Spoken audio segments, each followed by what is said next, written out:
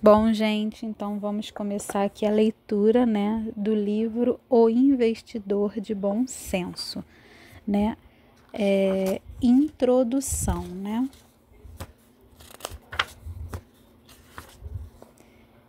Não permita que um jogo vitorioso se torne um jogo fracassado. Um investimento de sucesso depende inteiramente de bom senso, como disse Henry Buffett. Oráculo de Omaha. É simples, mas não é fácil. A matemática simples sugere e a história confirma que a estratégia vitoriosa para investir em ações consiste em possuir todas as empresas de capital aberto da nação e a um custo bem baixo. Com isso, você garante quase todo o retorno gerado por essas empresas, em forma de dividendos e expansão dos lucros. O melhor meio de implementar essa estratégia é de fato bem simples. Compre um fundo que detenha essa carteira de todo o mercado e o mantenha para sempre. Esse é o chamado fundo de índice.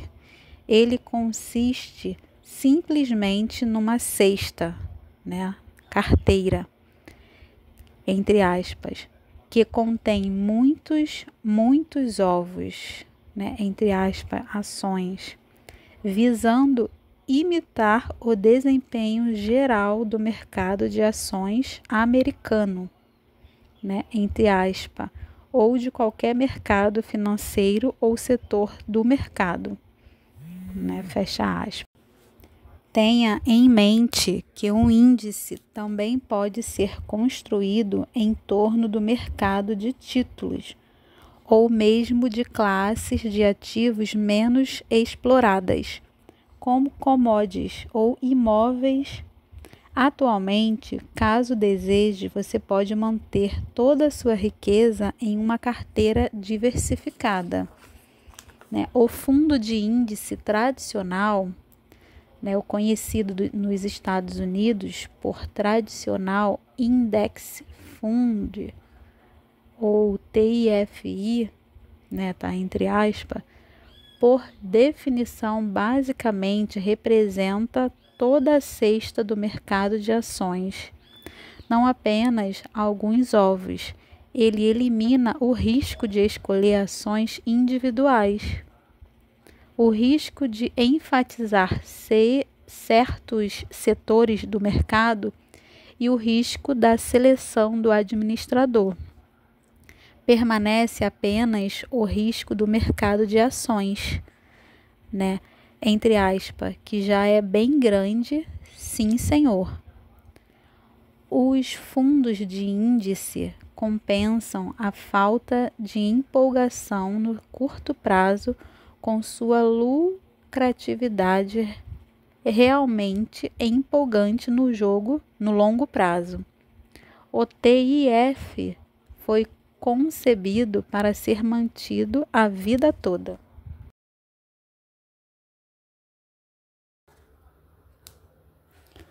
O fundo de índice elimina os riscos de ações individuais, setores do mercado e seleção do administrador. Permanece apenas o risco do mercado de ações.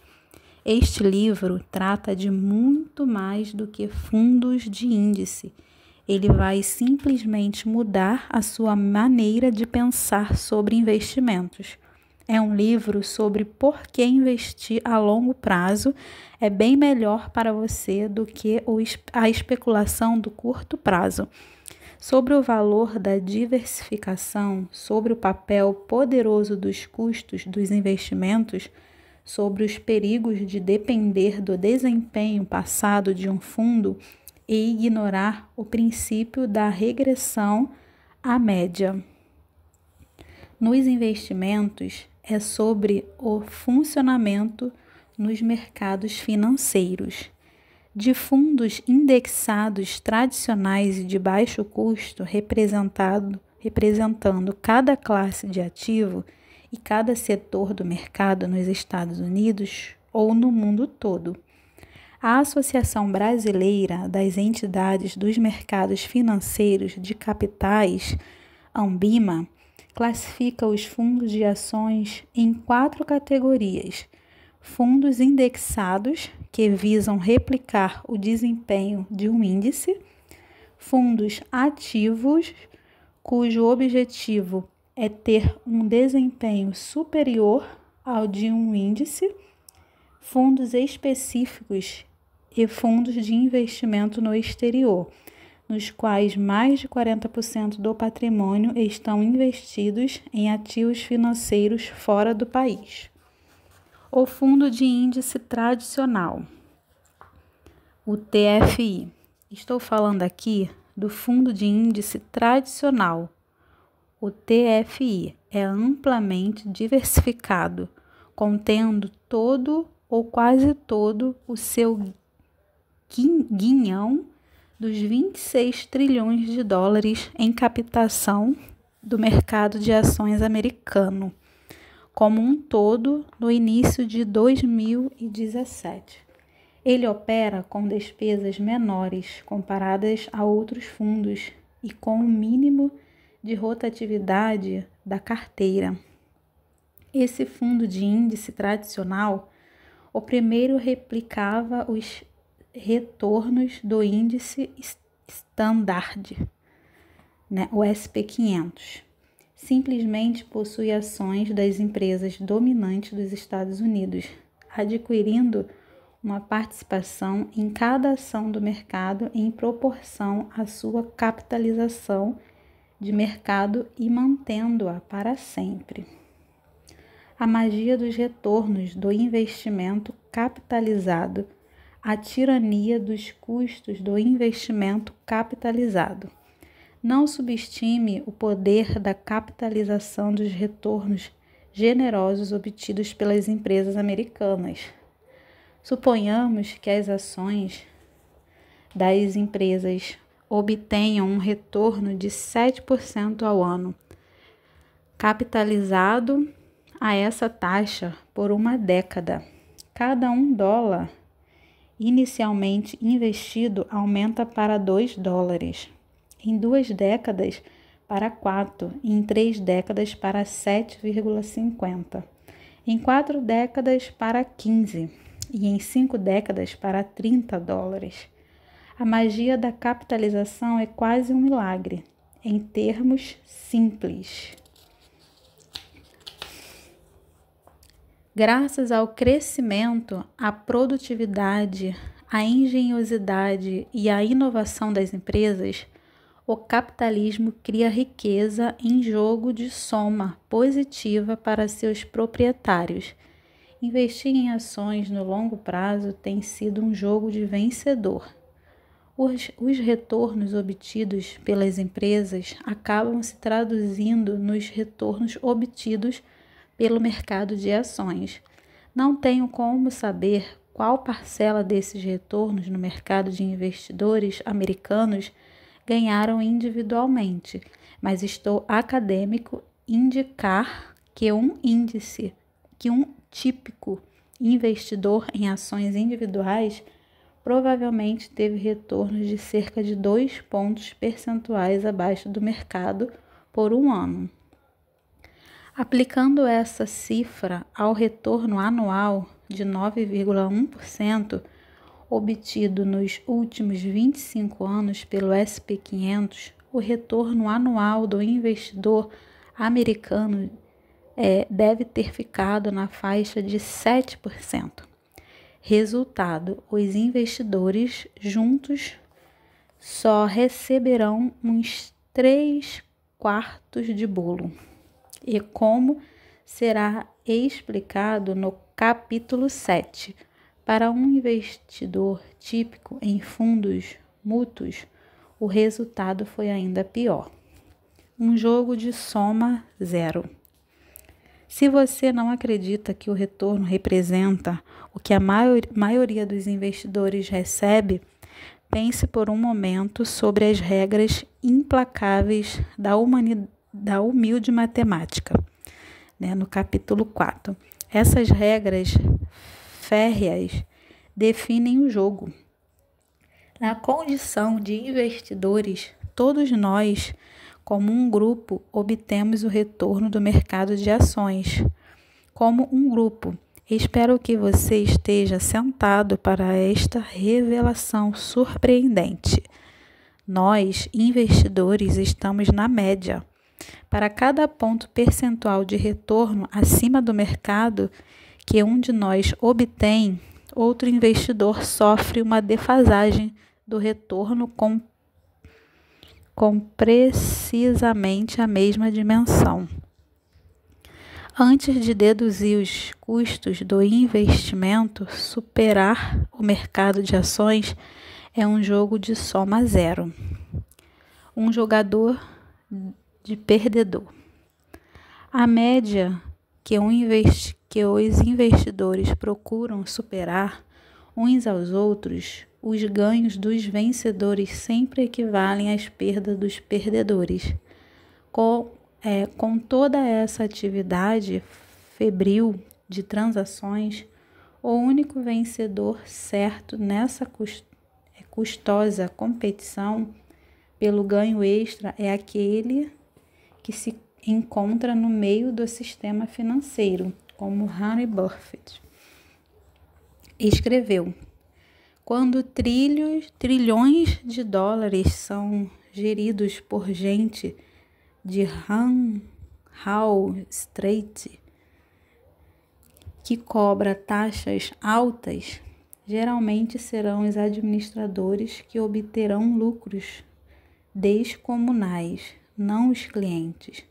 No cassino, a casa sempre vence. Nas corridas de cavalos, o hipódromo sempre vence. Na loteria, o Estado sempre vence. Investir não é diferente. No jogo do investimento, os croupiers financeiros sempre vencem e os investidores, como um grupo, perdem. Descontados os custos de investir, superar o mercado de ações é um jogo de perdedor. Menos para os croupiers do mercado financeiro significa mais para os investidores por aí afora. Assim, investir com sucesso consiste em minimizar a parcela dos retornos obtidos pelas empresas que é consumida pelo mercado financeiro e maximizar a parcela dos retornos que chega aos investidores por aí afora. Estou falando de você, caro leitor. Suas chances de conquistar uma parcela justa dos retornos do mercado aumentam substancialmente se você fizer o mínimo necessário de transações. Um estudo mostrou que durante o forte mercado em alta do período de 1990 a 1996, a quinta parte mais ativa de todos os negociadores de ações teve uma rotatividade de mais de 21% ao mês em sua carteira. Embora tenham obtido o retorno anual do mercado de 17,9%, durante aquele período de euforia, eles arcaram com custos de transações de cerca de 6,5%, ficando com um retorno anual de 11,4% apenas 2/3 do retorno do mercado. Os investidores em fundos mútuos também têm ideias exageradas da própria onisciência. Eles escolhem fundos com base no desempenho superior recente ou mesmo na superioridade de longo prazo de um administrador de fundos e não raro contratar consultores para ajudá-los a alcançar a mesma meta. Warren Buffett.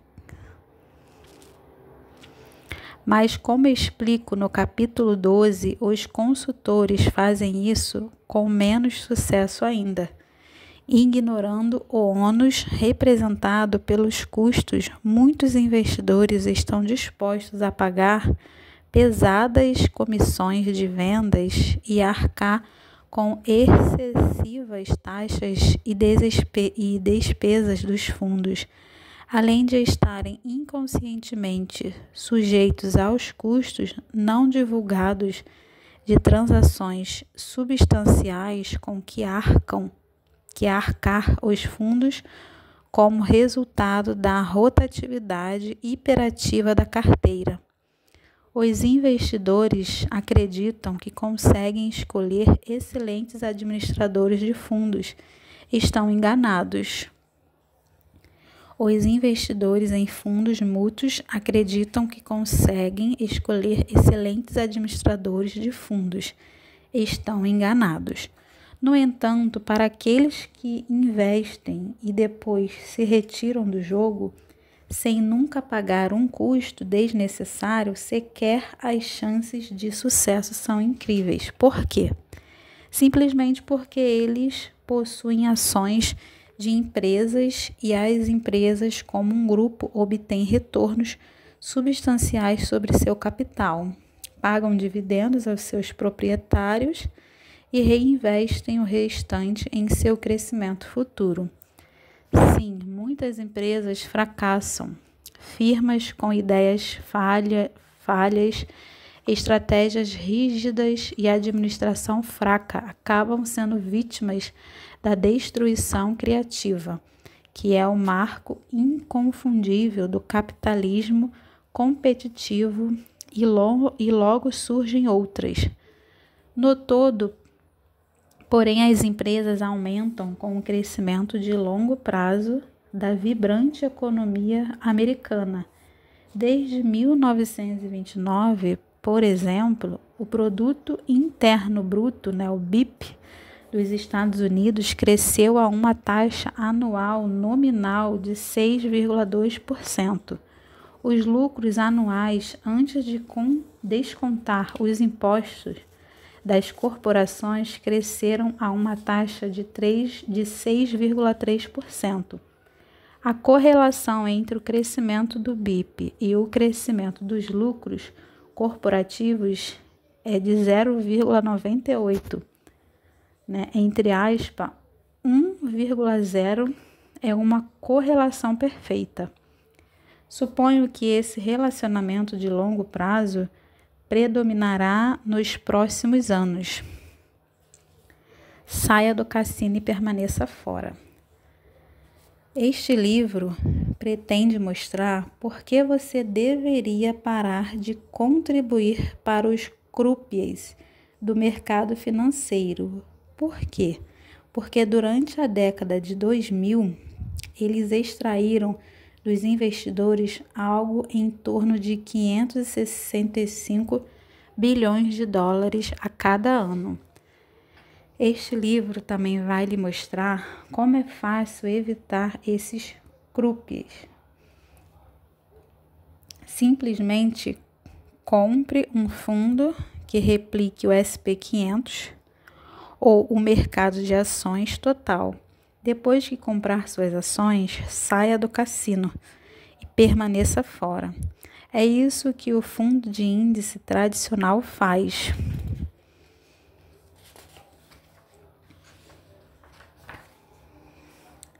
É simples, mas não fácil. Essa filosofia de investimento não se resume à sua simplicidade e elegância. A matemática em que ela se baseia é irrefutável, mas não é fácil seguir sua disciplina. Enquanto nós, investidores, aceitarmos o status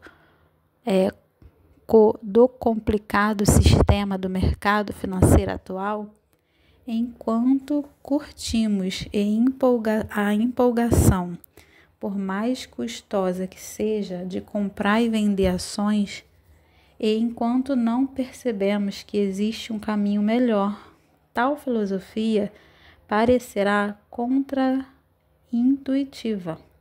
Mas peço a você que considere com atenção a fervorosa mensagem deste livro. E quando o fizer, você também vai querer aderir à revolução da indexação e a adotar uma forma de investir mais econômica, mais eficaz, até mais honesta, uma forma mais produtiva que coloca seus interesses em primeiro lugar. Thomas Paine e senso comum. Não me parece razoável esperar que um único livro acenda a centelha de uma revolução nos investimentos. Novas ideias que vão contra o pensamento convencional da época são sempre recebidas com dúvida e desdém, até medo. Há 240 anos, o mesmo desafio foi enfrentado por Thomas Paine, cujo tratado de 1776, Senso Comum, ajudou a desencadear a Revolução Americana. Eis o que Paine escreveu: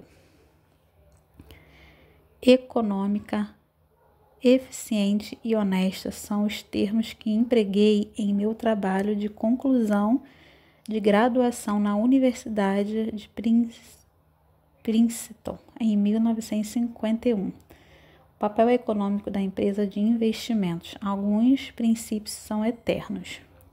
Talvez os sentimentos contidos nas páginas seguintes ainda não sejam suficientemente populares para que desfrutem da estima geral. Se algo não é considerado errado por muito tempo, adquire a aparência superficial de estar certo e suscita, de início, um brado formidável em defesa do habitual, mas o tumulto logo se inquieta. O tempo produz mais adeptos do que a razão. Ofereço nada mais que fatos simples, argumentos honestos e senso comum.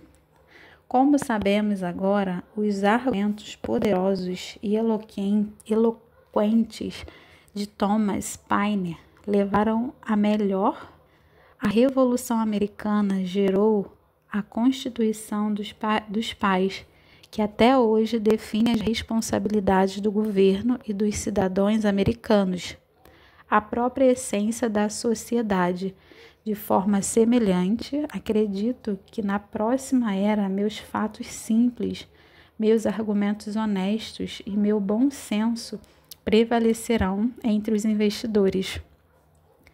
A revolução da indexação nos ajudará a desenvolver um sistema de investimentos mais eficiente, cuja propriedade máxima seja servir os investidores.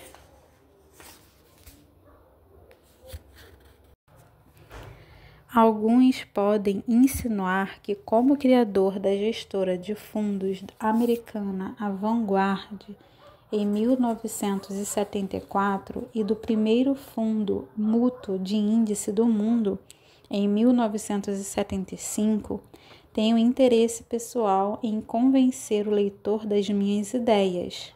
Claro que tenho, mas não porque isso me enriqueça. Não ganho nem um centavo com isso. Pelo contrário, quero convencer você porque aquelas duas rochas sobre as quais a Vanguard foi fundada tantos anos atrás, nossa estrutura de fundo realmente mútuo detido pelos acionistas e nossa estratégia de fundo de índice vão enriquecer você no longo prazo. Não acredite apenas em mim.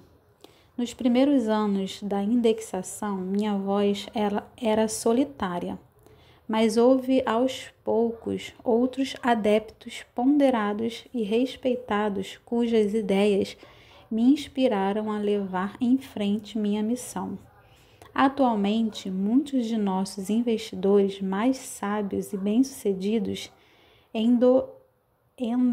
endossam o conceito de fundo de índice. Entre os acadêmicos, a aceitação é quase universal. Então, não acredite apenas em mim. Ouça especialistas independentes que não têm nenhuma motivação pessoal além de investigar a verdade sobre investimentos. Você conhecerá alguns deles no fim de cada capítulo. Ouça, por exemplo, este aval de Paul A. Samuelson, ganhador do Prêmio Nobel de Ciências Econômicas e ex-professor de Economia do MIT, a cuja memória este livro é dedicado. Os preceitos fundamentados por Bogle podem permitir que uns poucos milhões entre nós, poupadores, sejam invejados daqui a 20 anos por nossos vizinhos abastados. Ao mesmo tempo que dormimos bem nesses períodos agitados, levará muito tempo para consertar o sistema financeiro, mas o ritmo glacial dessa mudança não deve impedir o investidor de buscar seus interesses. Você não precisa participar de cara insensatez do sistema. Se optar pelo jogo de vencedor, de possuir ações de empresas e evitar o jogo de perdedor, de tentar superar o mercado, pode começar a tarefa simplesmente usando seu bom senso, entendendo o sistema e eliminando substancialmente todos os seus custos excessivos.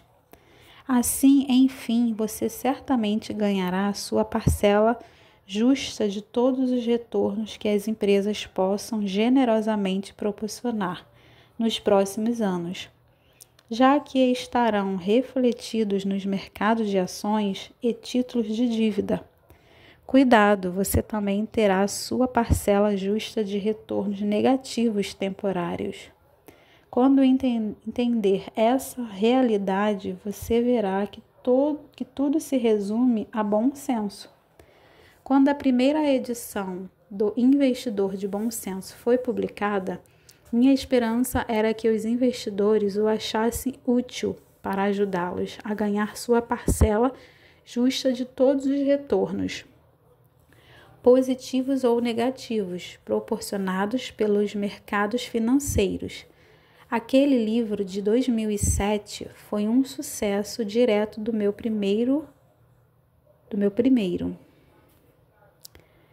Novas perspectivas para o investidor inteligente. Bogle fala de fundos mútuos, novas perspectivas para o investidor inteligente, publicado em 1994. Ambos defendem os investimentos indexados a ambos se tornaram os livros mais vendidos sobre fundos mútuos de todos os tempos. Desde a publicação do meu primeiro livro, os fundos de índice receberam o reconhecimento merecido. Os ativos dos fundos de ações indexados aumentaram 168 vezes, de 28 bilhões de dólares para 4,6 bilhões até meados de 2017. Só na última década, os investidores americanos acrescentaram 2,1 trilhões de dólares aos seus investimentos em fundos de ações indexados e retiraram mais de 900 bilhões de dólares dos seus investimentos em fundos de ações ativamente geridos. Essa enorme oscilação de 3 trilhões nas preferências dos investidores certamente representa nada menos do que uma revolução nos investimentos. Em retrospecto, parece claro que meu pioneirismo ao criar o primeiro fundo mútuo de índice em 1975 gerou a centelha que desencadeou a revolução da indexação. E também parece razoável concluir que meus livros, lidos por milhões de leitores, desempenharam um papel importante em alimentar o poder extraordinário da revolução subsequente. A destruição criativa colhida pelos fundos de índice, em grande parte, serviu bem aos investidores.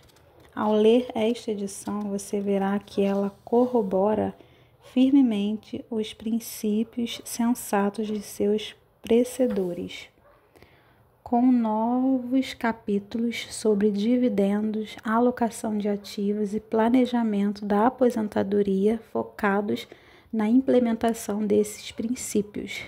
Aprenda e aproveite. Haja! Bom, gente, então essa foi a introdução, né? Próximo vídeo vai ser o primeiro capítulo. Um beijão, até o próximo vídeo.